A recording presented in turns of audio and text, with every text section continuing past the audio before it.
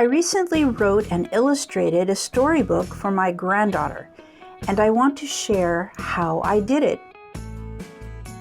Maybe my tips can give others inspiration to make your own storybooks. My book's story began with this picture that I painted. Like many of us with time on our hands, I recently took an online class from Learn Monthly. As I was making the painting, I realized this could lead to a storybook. My book would be 40 pages long. My plan was 1 image per 2-page spread, so I needed 20 images, which is a lot.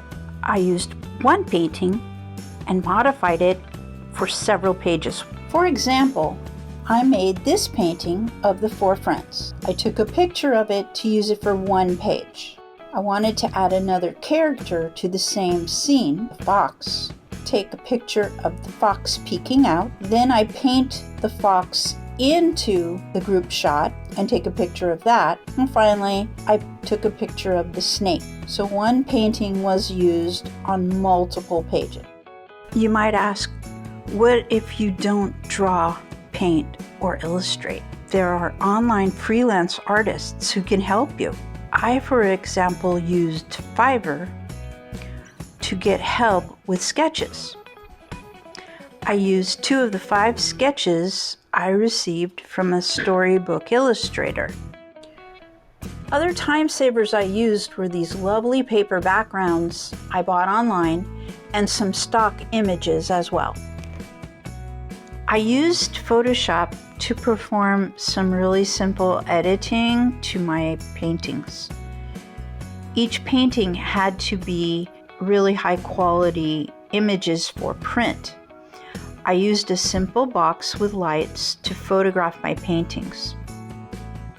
When you send your book to a website like Blurb, they can give you tools to write your pages and to put your images into. So they have tutorials to help you and really walk you through the process of putting your book up to their website.